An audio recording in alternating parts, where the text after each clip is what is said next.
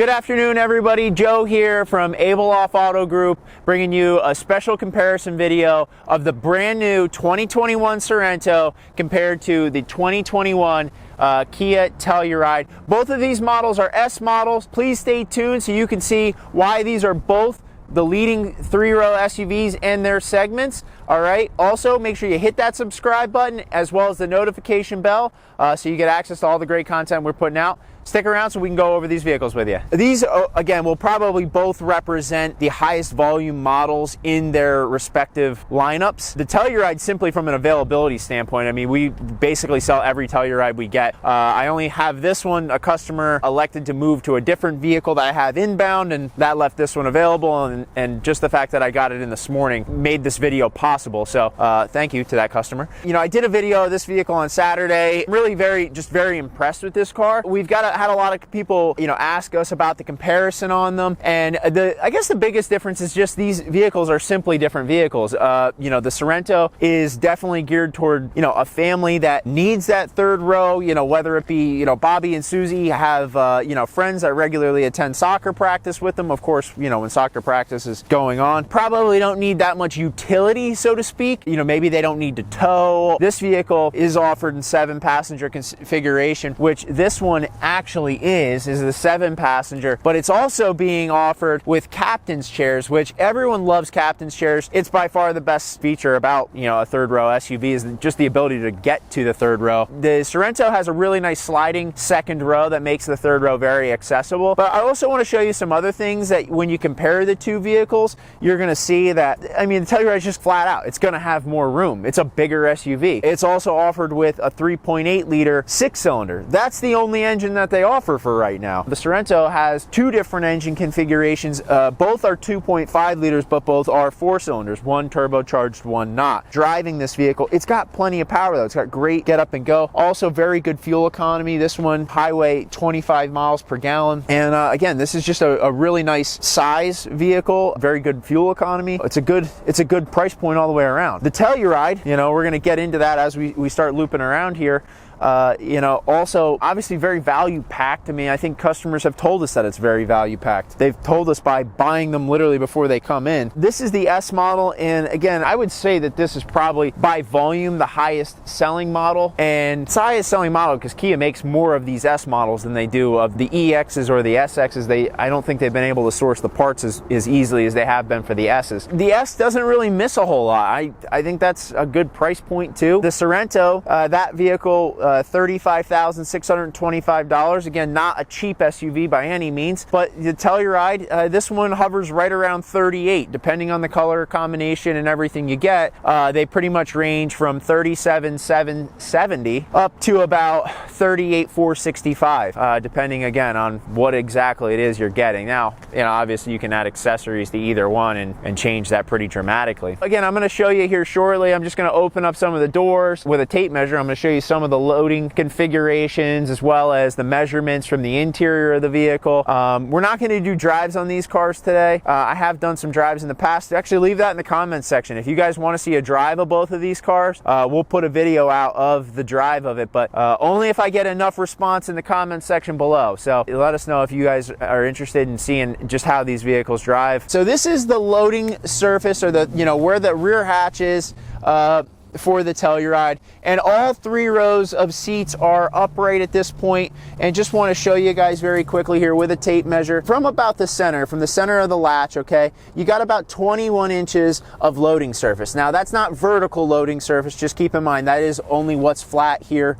below, you know, behind the 3rd row of seats. And then if you lift this up, you have another storage compartment just below that, and it's about the same, maybe a little less, maybe 19 inches. It's got, call it 54 maybe and a half of flat loading space on the floor. Now again, that's not going to be vertical loading space. The 2nd row of chairs will fold flat with these buttons right here.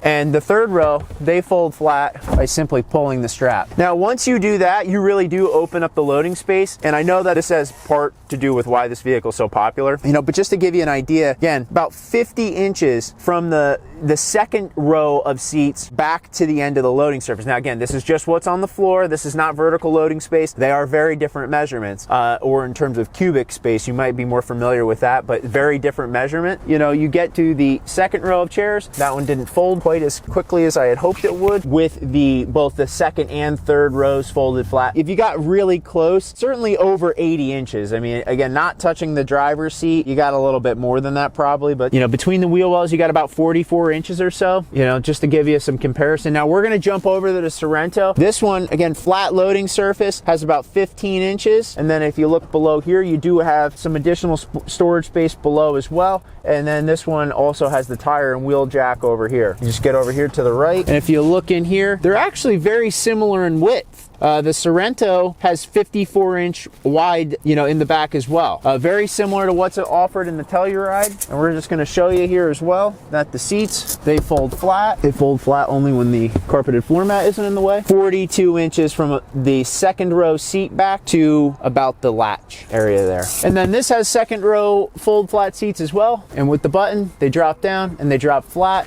Again, not going to go right up to the back of the chair, but you know, pretty safely, you got about 70 plus inches of loading surface here in the back. Predominantly speaking, the width of the vehicles is going to be very comparable between the Telluride and the Sorento, even though it might not feel like it. Between the wheel wells, you'll see you got about 42. So really only about 2 inches more narrow between the wheel wells than the Telluride is. Here I am in the second row of the Kia Telluride. And I haven't done a lot of, like, you know, I guess front row back seating, you know, in the Telluride videos, and for that I'll say I'm sorry. I don't know if I've accurately reflected to you guys just about like what the size is of this vehicle. I know that's why it's been so popular. It's just that this is an SUV that's not anywhere near Yukon price or not anywhere near Tahoe price, and yet the vehicle offers really size pretty comparable to a vehicle like that. And especially with the Acadia getting smaller, and even though like the Enclave and the Traverse didn't get smaller, those vehicles are priced way higher than where Telluride comes in at, and that is really why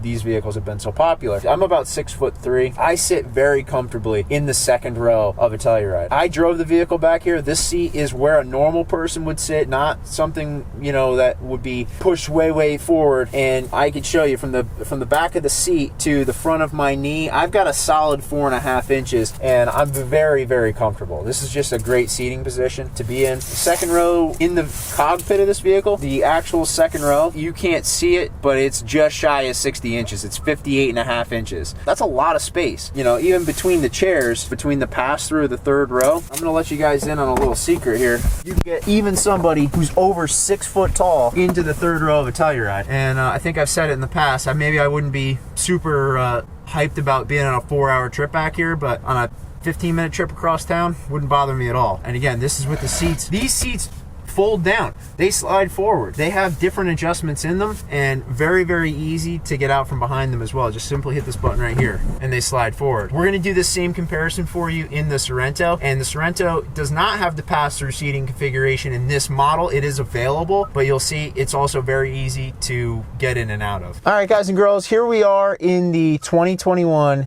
Kia Sorento S model with the second row bench chair. And again, just want to do a comparison between this and with the Telluride in terms of overall size. Now, I drove this vehicle to its current position as well, and the seat is set up to where I would typically drive. I don't drive all the way back like probably a lot of people do, honestly, but again, being over 6 foot tall, this seat is pretty far back, probably where at least most people would keep it. Again, not much different than what's in the Telluride. I'd say actually from where the seating position is, this vehicle is about the same. This one has about 5 inches from the face of my knee to the back of the chair. So being over 6 foot tall, you shouldn't worry that, you know, anybody's not going to have enough seating room in the Sorento, and also, you know, enough headroom.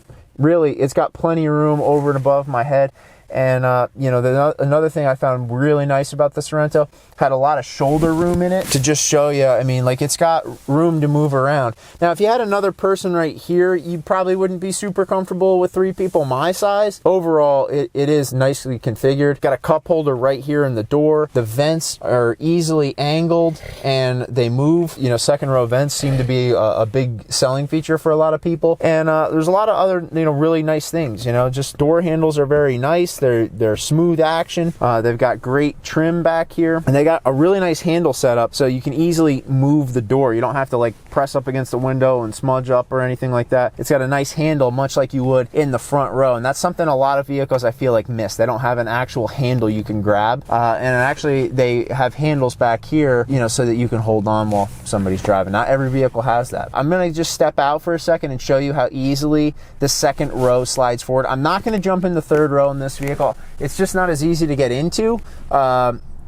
Although there is plenty of space back there. Quite honestly, I don't want you to laugh at me while I'm on camera here. So just hang tight for me 1 second here. I'm just gonna step out. Easily accessible, just the way the Telluride is, and it just simply slides forward like that. Who am I kidding? I'll let you laugh. I'm gonna jump into the third row on this one now. So in sitting back here, I can tell you this is already the biggest difference between the Telluride and the Sorento. Now, like, the second row seat is not all the way back. I can't reach the bar to move it all the way back, but it's usable. It's definitely usable. Now, I mean, if I got behind the seat over here, you know, I could still get behind it. It's clearly not as comfortable, and I'm just gonna tell you, like, my head does hit the back here, but it's just because it's more aerodynamic. It's sloped a little bit differently, and it's set up. Third rows of any SUV, though, they're just not meant for people who are, you know, well into the, you know, well over 6 foot tall. So it's just not the setup that they're meant for. But, you know, these are incredible for anybody who, you know, especially if you have little ones, or, you know, if you know,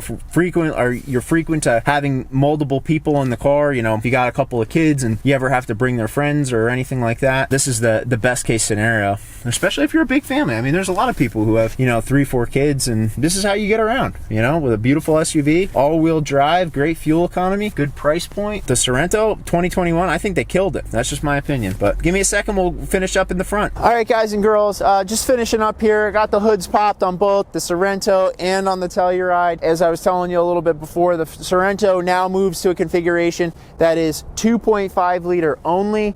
This is a brand new engine for Kia, and if you've heard anything about the 2.4 liter, I think you're going to see that engine go away almost entirely, and predominantly speaking, you're going to see everything carry the 1.6 liter turbo, which is an engine they've had a lot of good success with. You're going to see the 2.5 liter as well as the 2.5 turbo, and you know, that's what you're going to see here in the Sorento. They are coming out with a hybrid variant of this vehicle as well. We haven't received any yet. You're looking at one of the only ones we had gotten in, and I wanted to just make sure I did a comparison. I felt like it was pretty even up to be able to do an S Sorento compared to the S Telluride. Now, when you get over to the Telluride, again, this is also a GDI engine, but this is a 3.8 liter. This engine was pulled from the Genesis, and it's had great track record. It's been a vehicle that's really gotten very positive feedback. But both of them are mated to 8-speed transmissions. And both of them function very, very well. They're very smooth. You will notice that they're not always hunting for the right gear. They're tuned very, very well. The 2.5 liter that comes in the Sorento now, far better than the 2.4 liter ever was. The 2.4 liter, some folks loved it. It wasn't bad on power or anything like that. This is much, much smoother, much better acceleration. The power comes on much more smooth. This is no question about it. This is a better setup. So just want to show you a little bit about that here before we finished up. But, you know, tell us, did Kia get it right with the 2021 Sorento? Did they kill it? Or is the Telluride going to remain the king of the road? You know, only time will tell, but in the meantime, you need to hit subscribe, you need to hit the notification bell, and tell us in the comments, you know, if it was your money, which one of these SUVs would you be taking home today? Thank you for sticking around. Again, Joe with Abeloff Kia, and we can't wait to see you in the next video.